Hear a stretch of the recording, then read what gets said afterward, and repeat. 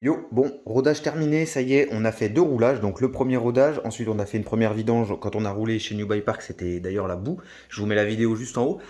On a reroulé dernièrement, c'était poussière à Ernée. Et du coup aujourd'hui on va faire un petit contrôle des soupapes, la vidange. Si on a le temps, dans cette vidéo, on posera également une déco. Voilà, petite déco qui est ici.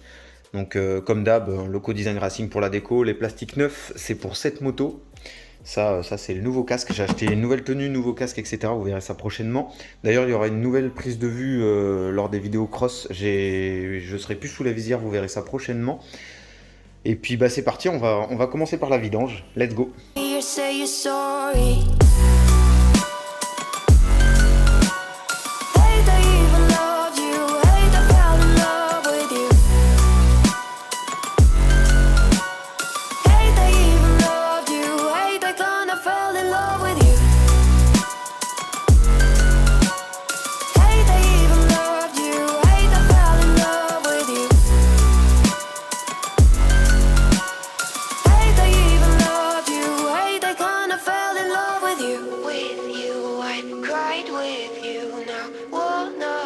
Là on est bon, on va pouvoir poser la moto sur le lève-moto parce que j'en ai marre de me mettre à genoux bêtement, là ça me fait mal au dos. Bon, la moto est en place système D pour pas que mon moteur vienne en appui sur mon lève-moto et que ce soit bien le cadre. Donc là on est bien, on va pouvoir attaquer le démontage pour pouvoir déposer le moteur. Ma petite question c'est que normalement non, j'ai accès ici pour démonter l'électricité. J'ai enlevé mon carbu et ensuite on a les petits axes habituels, la chaîne à enlever et on sera bien. Donc comme on a fait, on enlève le sabot si on pose sa moto sur un lève-moto. On enlève le collecteur. Alors moi c'est vrai que j'ai la double ligne donc j'ai juste enlevé le collecteur comme ça. Sinon ensuite on enlève l'embrayage, on enlève le carbu, on enlève l'antiparasite. Et ensuite on a ces axes là qui sont les supports moteurs. On a l'axe juste ici et les 4 vis du dessous que j'ai déjà enlevé.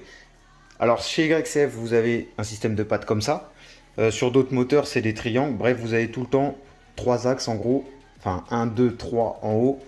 Et le quatrième ici plus les 4 vis en dessous. Voilà.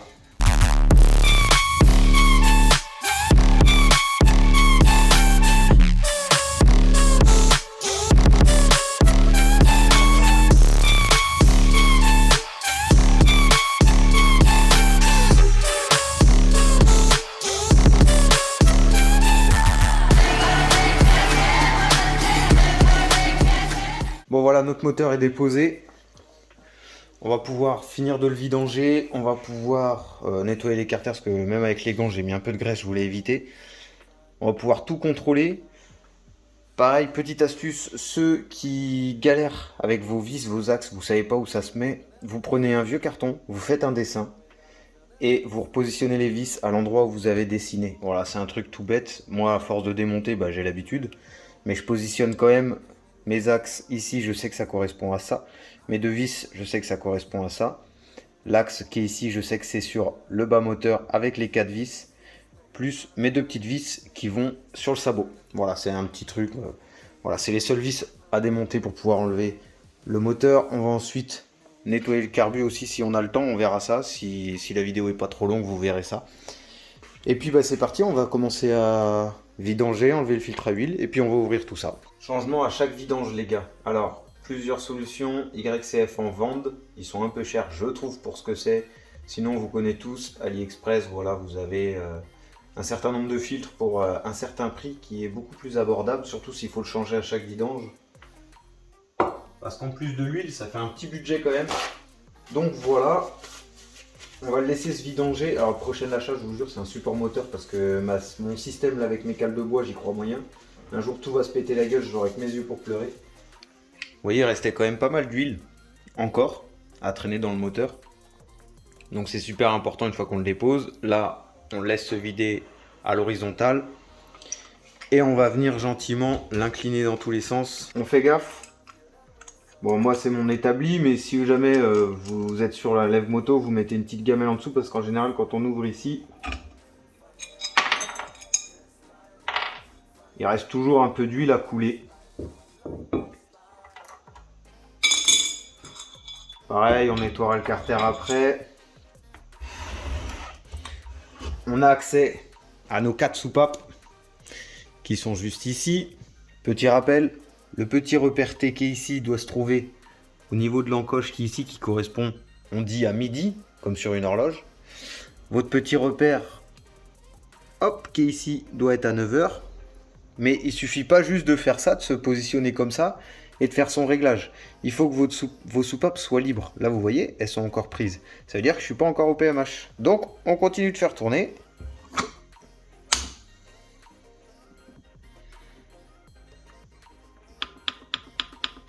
Vous voyez? Alors, je sais pas si vous allez bien voir, mais en tout cas, vous allez entendre. Mais là, mes soupapes sont libres. Maintenant, je peux contrôler mon jeu. Ça permet également de regarder son calage d'Istrie. Donc là, vous voyez bien que je suis bien à midi. Là, je suis bien à 9 h. Donc je suis nickel, je peux attaquer mon réglage. Donc pour faire un réglage soupape, avant de le faire, je vous montre également comment ça se passe. Vous avez un écrou ici. Et vous avez une petite tête, juste ici. Votre cale, elle se fait, si ça veut bien faire le focus, votre jeu au soupape, il se fait juste ici, là. Vous voyez le petit jour? Toc. Vous voyez là où ça bouge? Vous passez votre cale juste ici. Selon les moteurs, on préconise 0,10-0,10, donc 10-10, ce qu'on dit couramment, ce que YCF préconise. Si vous voulez un réglage un peu plus optimal, vous pouvez mettre 0,05, 0,07. Attention, pas 0,5 mais 0,05. Donc, admission. L'admission se trouve en haut. Voilà, vous ne pouvez pas vous tromper. Donc là, l'admission, c'est celle-ci, qui se trouve au niveau de votre admission. Et vos soupapes d'échappement qui se trouvent ici. Alors, pour les moteurs de soupape, vous aurez simplement une soupape ici et une soupape en bas. Hein. Et même chose, on met 0,05 ici. Admission, 0,07, échappement. Voilà, c'est vraiment la base, ça vous pouvez le faire vous-même. Il faut juste être minutieux, vous allez voir. Il faut prendre son temps, pas se précipiter, vérifier. Si c'est pas bon, le refaire avant de remonter. C'est super important parce que vos soupapes, ça va permettre au moteur de bien se comporter. Mais également, vous allez voir, si une soupape mal réglée, vous allez avoir un moteur qui monte en chauffe, bêtement. Vous allez avoir votre ligne rouge, c'est déjà arrivé. On a tous déjà vu des vidéos comme ça où la moto est rougie et elle chauffe à mort. Mais également, ça va jouer sur votre démarrage à chaud comme à froid. Donc avoir des soupapes bien réglées permet d'avoir un moteur qui se comporte normalement. Alors, pour régler vos soupapes, il vous faudra un jeu de cales. Voilà, les cales sont numérotées, vous choisissez celle que vous voulez mettre pour votre réglage. Il vous faudra une clé de neuf et une pince. Ou alors un outil qui existe. Personnellement, j'ai acheté celui-ci sur un site internet. Je déconseille. Voilà, vous voyez la tête ici, elle est complètement mangée. Mais de base, cet outil, en fait, vous avez cette clé-là qui vous permet de régler votre soupape. Et ensuite, vous avez l'écrou de neuf qui vous permet de desserrer puis resserrer. Ça peut être pratique, mais il faut acheter de la bonne qualité parce que ça, vraiment, je déconseille sur les sites internet de revendeurs de pit bike. Voilà, vous connaissez, je ne veux pas citer le nom. Clé de neuf. Je viens desserrer. Une fois qu'on est desserré, on va pouvoir serrer la petite tête ou la desserrer pour régler notre jeu. C'est aussi simple que ça. Et comme je vous ai dit, il faut juste être minutieux, pas aller vite, pas se prendre la tête.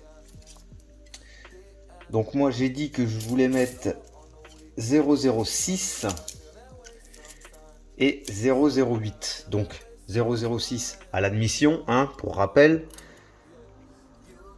On vient glisser notre cale, voilà, et on vient resserrer gentiment jusqu'à ce que ça vienne mordre un petit peu. Donc là, je suis pas trop mal. Je viens resserrer gentiment tout en maintenant ma cale. Là, mon jeu est bon. C'est la partie la plus chiante où souvent on fait des erreurs. C'est qu'il faut tenir ici sans que ça bouge et resserrer tout simplement. Alors ça sert à rien de quicher ces écrous là les gars, il faut les serrer mais pas non plus les quicher comme un âne. Voilà, normalement ça n'a pas bougé. Et là je vérifie mon jeu. Et je suis bien, ça vient toujours mordre. Alors dans le doute, on va essayer une cale un peu plus grande pour être sûr. Si la cale un peu plus grande, on voit qu'elle force, qu'elle mord et qu'on n'arrive pas à la rentrer, ou alors qu'on la rentre mais de force, notre réglage est bon. Hop. Donc là, vous voyez, vous entendez, je pense, le bruit. Donc là, mon réglage est bon. On va pouvoir faire la même chose ici. Vous voyez, c'est pas super compliqué. Il faut juste pas se prendre la tête, le faire correctement et pas le faire à la va-vite. C'est pour ça que déposer le moteur, c'est plus simple. Malgré que sur les moteurs 4 soupapes, vous avez toute la culasse qui s'enlève ici, enfin tout le carter de culasse qui s'enlève, ce qui fait qu'on a accès que c'est beaucoup plus simple. Mais sur les petits YX où vous avez juste le petit œillet ici, c'est bien de déposer le moteur pour bien être à l'aise et le faire correctement. Surtout si vous ne l'avez jamais fait. Donc on vérifie quand même qu'on ait le même jeu à droite comme à gauche. Vous voyez, ma cale elle passe bien, elle vient bien se prendre. Donc là, on est bien. Bon voilà, je vous ai passé un petit peu le réglage d'échappement, mais c'est exactement la même chose que l'admission. Je vais vous passer également le remontage du carter et le plein d'huile, etc. Parce que, bon voilà, il n'y a rien de sorcier à faire ça. On va tout de suite nettoyer le carbu. Voilà, parce que c'est important de nettoyer son carbu, puis ça fait du bien un petit peu de voir. Un chiffon propre, ça nous permet de déposer toute la visserie, les gicleurs, ça nous permet de rien perdre. Le chiffon doit être propre bien évidemment parce que si on nettoie, on va en refoutre dedans. Alors, pour un nettoyage carbu, on va commencer par dévisser sa cuve. Il y a 2 vis ici. Sur certains carbus, vous allez en avoir 4, voilà, notamment sur les Mikuni d'origine. Tournevis cruciforme, on fait attention de ne pas foirer la vis. Voilà. On prédévisse d'un côté, même chose de l'autre. Donc comme vous voyez, ça coule un petit peu. La cuve, il reste toujours un peu d'essence. On enlève la vis, on la pose sur le côté, on fait attention, on ne perd aucune vis. Si vraiment c'est votre premier démontage, même chose que pour démonter un moteur, on enlève les vis, on fait un petit dessin sur un carton et on pose les vis au même endroit. Ou alors,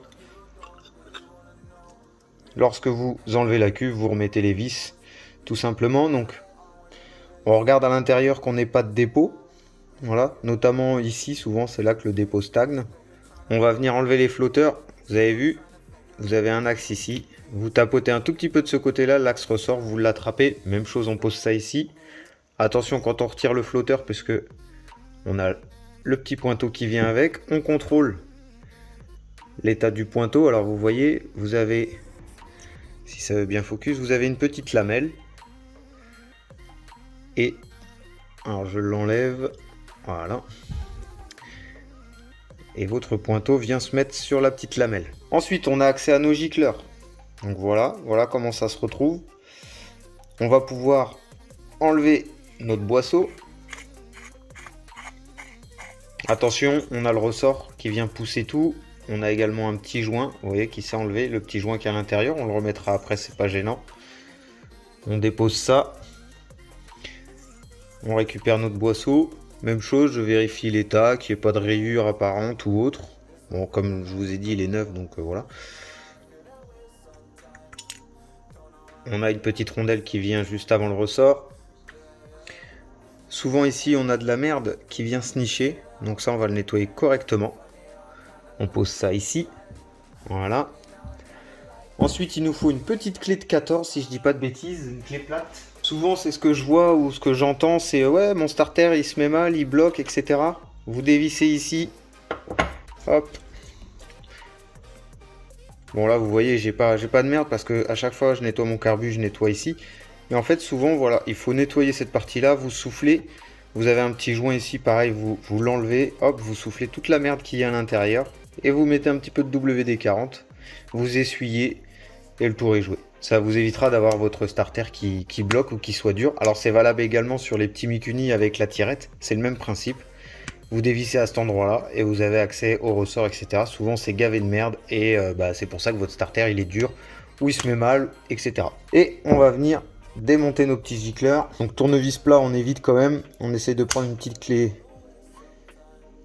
pour enlever le puits directement. Là on va juste enlever le gicleur. Donc là, notre gicleur, voilà. On s'assure qu'il ne soit pas encrassé, donc qu'il n'y ait pas de merde à l'intérieur. Pour ça, je vais vous montrer. Je vais vous le dire. Je ne vais pas le faire devant vous parce que ça va vous éclater les oreilles. Mais c'est compresseur, soufflette et on souffle tout. Pour le nettoyage du carbu complet, si vous avez un bac à ultrasons, c'est le feu. Sinon, moi personnellement, je nettoie avec du nettoyant frein ou de l'essence. Mais bon, vu le prix de l'essence en ce moment, on va éviter. Même chose, soufflette, on s'assure que rien ne soit bouché. Voilà, vous voyez, c'est super simple. On pose ça là, on va quand même dévisser le puits. Donc là voilà, on se retrouve avec ça, tout est étalé. Il va falloir maintenant tout nettoyer. Donc, moi je vais prendre mon carbu. Bon, on voit qu'à l'intérieur c'est plutôt propre. On va quand même venir souffler partout ici. Voilà. On va venir souffler ici, on va venir souffler ici. On va venir souffler là. Juste avant de venir souffler partout, moi ce que je fais, nettoyant frein. Donc ça je vais vous le passer parce que voilà. Mais en gros voilà ce que je vais faire là. Toc. Ben voilà, c'est tout propre. C'est tout sec. On va pouvoir poser cette pièce ici. On va nettoyer tous les gicleurs. Donc même chose, je vais venir les souffler. Je ne veux pas le faire là parce que sinon ça va vous casser les oreilles. Donc je vais le faire à côté et on se retrouve juste après. Donc ça, cette partie-là est propre. Bon, nos flotteurs, ils sont pas dégueulasses non plus. On voit qu'ils sont en bon état. Bon, comme je vous ai dit, c'est neuf, donc voilà. Là, on va venir nettoyer ça. Donc là, pareil, nettoyant frein. Donc voilà, on a mis du nettoyant frein. On essuie. Ça, c'est une pièce qui est mobile. Donc forcément, il va falloir la lubrifier.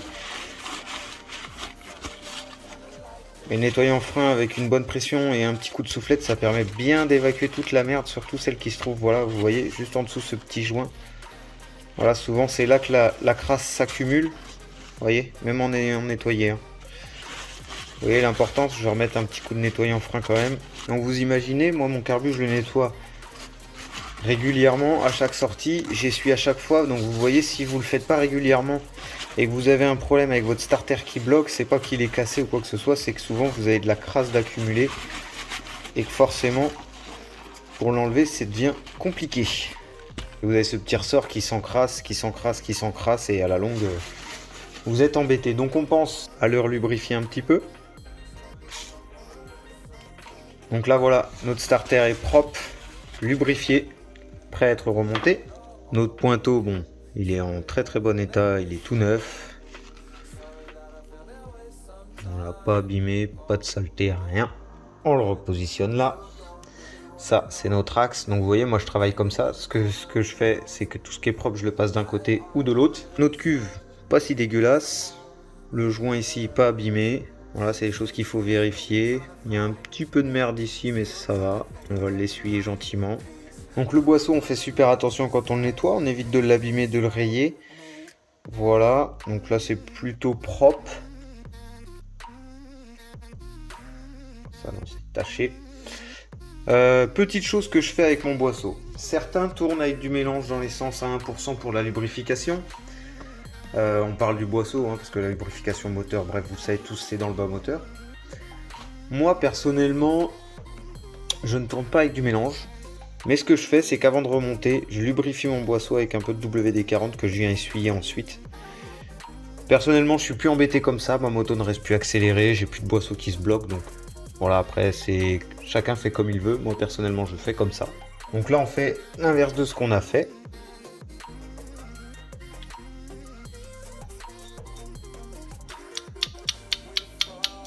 Donc vous avez vu, c'est super rapide à faire les gars. Ça vous prend 5 minutes. Bon allez, mettons 10 minutes à faire. Mais c'est super important de le faire après chaque sortie parce que même si votre filtre à air est entretenu, même s'il est graissé, à la longue de votre journée moto, vous allez avoir forcément un petit peu de merde à passer. Et même si c'est très léger, les grains de sable ou la poussière ou tout ce que vous voulez, à la longue, ça bouge vos gicleurs, ça... Bref. Vous allez avoir des problèmes de carbu et là vous êtes sûr, moi je suis sûr que quand je vais prendre ma moto, que je vais vouloir la démarrer, eh ben elle va tourner comme une horloge, je ne serai pas emmerdé, je sais que si j'ai un problème, c'est pas dû à mon carbu. Parce que je sais que mon carbu, il a été nettoyé correctement et qu'il est prêt à rouler. On fait attention lorsqu'on remonte le starter avec le filetage, c'est quand même du plastique. Donc on vient le serrer mais pas l'abîmer. On va pouvoir passer au boisseau. Donc comme je vous disais, je le lubrifie comme ça. Surtout qu'avant j'ai mis du nettoyant frein, donc j'hésite pas vraiment. Je le laisse comme ça. Je prends mon chiffon microfibre propre. J'évite le sopalin. Je me dis que ça peut l'abîmer, le rayer. Voilà, j'essuie sans trop essuyer en fait. Et voilà, comme ça j'ai une lubrification sur mon boisseau. Après, chacun dira oui, mais non, moi je fais comme ci, moi je fais comme ça. Moi personnellement, les gars, je tourne comme ça depuis le début. Vous avez vu. Surtout que comme je nettoie en nettoyant frein, c'est important de relubrifier derrière. Et voilà, notre carbu est propre. Bon, normalement, il n'y a pas trop de tâches, mis à part là. Mais le fait d'avoir mis le nettoyant frein, plus après le sécher, etc., on n'a pas de merde, c'est propre, ça brille, c'est lubrifié, c'est réglé, on n'a plus qu'à remonter. Alors, je ne l'ai pas précisé, mais super important, on nettoie ces filtres à air, on les dégraisse, on les souffle, on les nettoie dans un évier avec de l'eau, du savon, voilà, on les frotte comme ça, on les tapote, on enlève toute la merde qu'il peut y avoir à l'intérieur et à l'extérieur des mousses, et on les regraisse derrière, c'est super important les gars, donc faites-le quand vous nettoyez votre carbu. Du coup, si vous êtes chaud, dans un épisode prochain, on pose la déco pour cette moto-là. Et sinon, on se retrouve prochainement pour une prochaine vidéo. Allez, peace!